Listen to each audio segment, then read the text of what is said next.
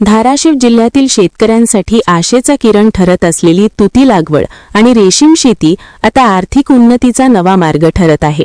तुती लागवडीमुळे हजारो शेतकरी लखपती बनले आहेत असा विश्वास जिल्हाधिकारी कीर्ती किरण पुजार यांनी व्यक्त केला।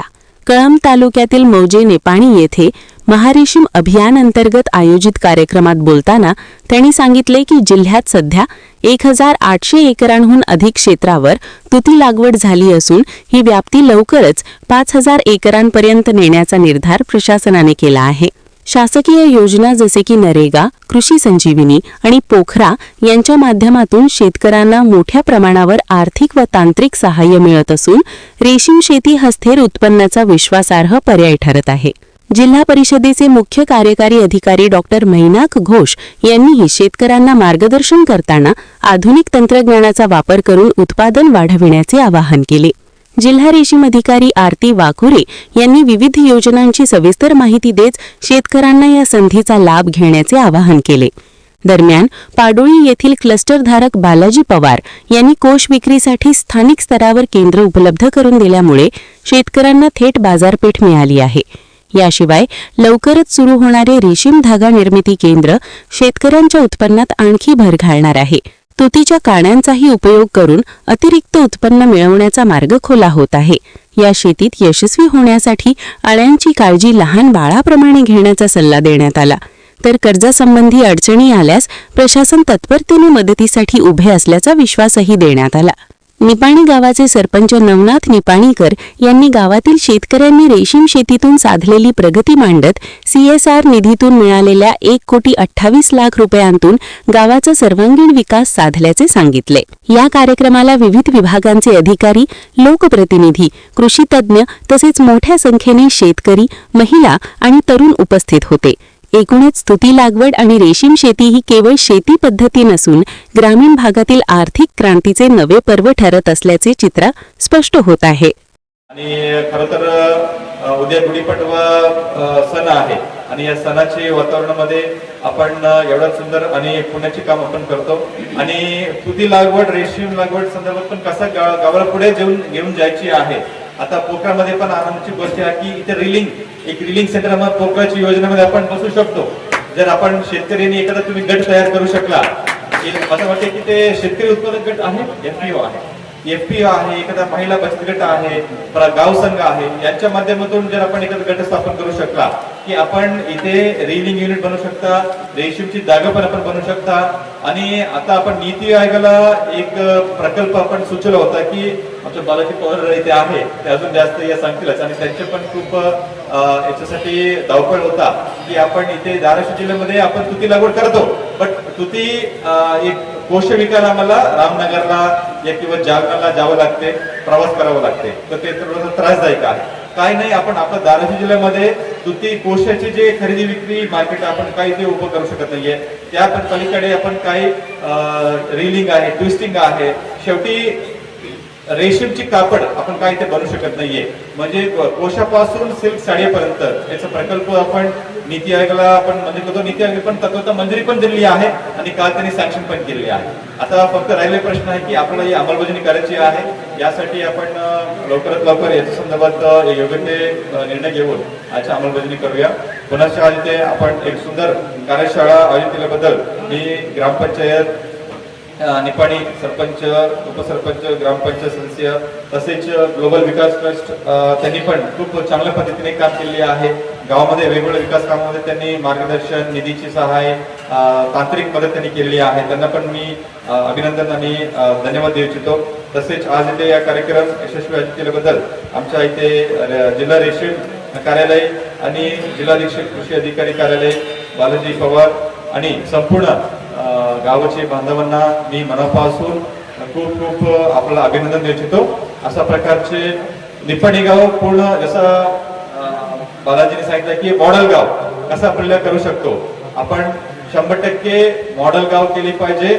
आणि जसा हिवरे बाजार सारखं गावाला आपण बघायला जातो तसेच इतर जिल्ह्याची, राज्याची शेतकरी आमच्या निपाणी गावाला आली पाहिजे असा मी आशा करून माझे 2 शब्द संपतो। उद्या गुढीपाडवा सण उत्सवाच्या निमित्ताने सर्वांना खूप खूप नवीन वर्षाची मी शुभेच्छा देऊ इच्छितो। धन्यवाद। जय हिंद, जय महाराष्ट्र। त्यानंतर आमच्या गावाची परिस्थिती अशी होती की जून म्हणजे फक्त तुषार मालावरती गाव होतं. पण काही काळ असा झाला की सर्व रेशीमकडे गेले आणि समजा एखाद्या शेतकऱ्याला जर उदाहरणार्थ 5 एकर जमीन असेल त्याचं 1 एकरची रेशीम आणि 5 एकरचं उत्पन्न एकरचं आणि 5 एकरचं बरोबर असायचं. त्यामुळे बराच ओढा हा रेशीमकडे गेला. येणाऱ्या काळात सुद्धा आम्ही जास्तीत जास्त शासनाच्या योजना पेक्षा CSR फंडावरच जास्त महत्व देणार आहेत. अनेक आस्थापने आहेत त्यांना आम्ही शोधून काढू आणि त्यांच्याकडून तो CSR फंड आणू अशी आमच्या सरपंचाचा सुद्धा मानस आहे. या जिल्ह्यामध्ये की रेशीमचं तुम्ही जे म्हणताय की धागा निर्मितीचे युनिट झालं पाहिजे, कारण गेली 7 वर्ष झालं मी तो प्रयत्न करतोय, परंतु साहेबांच्या माध्यमातून आज तो निर्णय होतोय आणि ते लवकरच की आपल्या जिल्ह्यातील कमीत कमी 1500 ते 1800 शेतकरी जे आहेत तर त्यांचा रेशीम कोच घेऊन या ठिकाणी धागा निर्मिती आणि धाग्यापासून साडी आणि कापड निर्मिती हा विषय साहेबांनी गेल्या 2-3 महिन्यापासून हाती घेतलेला आहे आणि ते कसा लवकर पार पाडून त्याचं काम कसं लवकर होईल या भूमिकेमध्ये आता सध्या साहेब ते रेशीम काड्या जे निर्माण आहेत आपल्या तर त्या रेशीम काड्या आपण जाळून टाकतो, तर त्याच्यापासून अशी आपण कांडी कशी बनवता येईल आणि ती त्याला सुद्धा आपल्याला शेतकऱ्याला पैसे कसे आपल्याला उपलब्ध करून देता येतील. म्हणजे या जिल्ह्यामध्ये रेशीम हा एक मोठा उद्योग निर्माण करून शेतकऱ्यांना दर महिन्याला, कारण बघा मी स्वतः 2017 मध्ये ज्यावेळेस रेशीमचा अभ्यास केला आणि मग मी पहिल्यांदा कळंब तालुक्यामध्ये आलो. कळंब तालुक्यातून मी कर्नाटकामध्ये गेलो आणि थोडक्यात सांगायचं म्हणजे गल्लीपासून दिल्लीपर्यंत मी फिरत होतो की रेशीमला या ठिकाणी आपल्याला कसं मार्केट वाढत आणि इथल्या शेतकऱ्याला फायदा कसा होईल. झालं की मी ते काम करतोय आणि खामकरवाडीत प्रत्येक घरामध्ये रेशीम शेती झाली आहे. आणि जसं की निपाणी आणि खामकरवाडी ज्या भागामध्ये पाण्याचा कसलाही स्रोत नाही, जिथं उगमच सुरुवात होतो, बाहेरून पूर्णच पाणी येत नाही, त्या ठिकाणी रेशीमचा उगम. पण ह्याच्यातून आपल्याला खरंच आपण रेशीमनं आपल्याला एवढं सगळं सुंदर केलंय, आपलं टर्नओव्हर बदललाय, सगळं जीवन बदललंय. पासून महारेशीम अभियान सुरू झालेलं आहे. यामध्ये आपण जे नवीन शेतकरी आहेत त्यांची तुतीसाठी नोंदणी करतो. आता निपाणी गावचं सांगायचं वेगळं म्हणजे की हे गाव आधीपासूनच रेशीम उद्योगात आहे. आधीच्या शेतकऱ्यांनी सांगितल्याप्रमाणे आधी इथे रेशीम उद्योग होता, पण अजूनही चालू आहे. जवळपास 140 शेतकरी इथे आपल्या या गावात आहेत आणि कृषी मार्फत तहसील मार्फतही आपल्या इथं नरेगाकडून मस्त चालू आहे. मला सर्वांना सांगायला आनंद होतो की इथे आपण कोकणामार्फतही इथे आपण अर्ज घेतलेले आहेत सर रेशीम उद्योगात.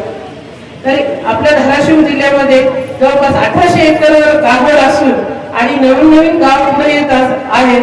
तसेच निपाणी गाव आणि मागे नमुने ज्या काही अडचणी आल्या त्या नक्कीच आम्ही वरिष्ठ स्तरावर पोहोचून माननीय संचालक साहेब आपले नागपूरचे यांच्यापर्यंत आपण नक्कीच आम्ही आपले पोहोचू.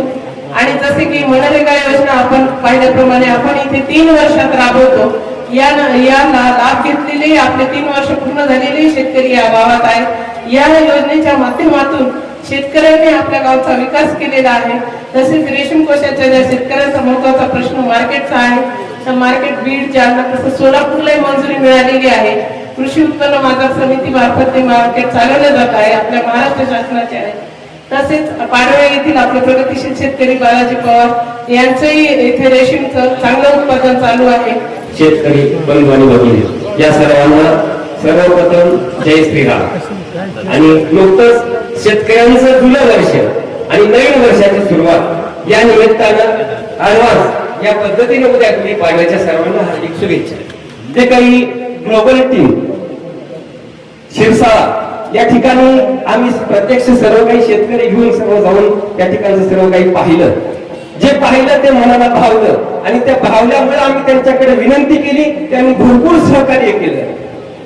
आमचे दिल्लीचे जे काही असणारे अधिकारी नीता मॅम असो किंवा मुल्ला साहेब असो, ते यांनी इथं येऊन सर्व काही शेतकऱ्यांसोबत चर्चा केली, माहिती घेतली. सर्व प्रत्येक प्लॉटच्या ठिकाणी जाऊन प्रत्येक शेडच्या ठिकाणी जाऊन माहिती घेतली, त्यांची काय गरज आहे, त्यांना कुठल्या गोष्टीची उणीव आहे. प्रत्यक्ष ह्या नेपाळला पाण्याचीच तुटवड आहे. त्याच्यामुळे त्यांनी ती गोष्ट जाणली आणि ती गोष्ट जाणून या गावासाठी काही असणारा फंड दिला. त्याच्यामधून काही बोर घेतले, त्यात काही असणारे बंधारे केले आणि त्या बंधाऱ्याचा आणि त्या बोरचा एवढा शेतकऱ्यांना यावर्षी फरक पडला. अगदी उत्तम. जे डिसेंबर मध्ये अवस्था होती ती आज मार्च मध्ये आहे.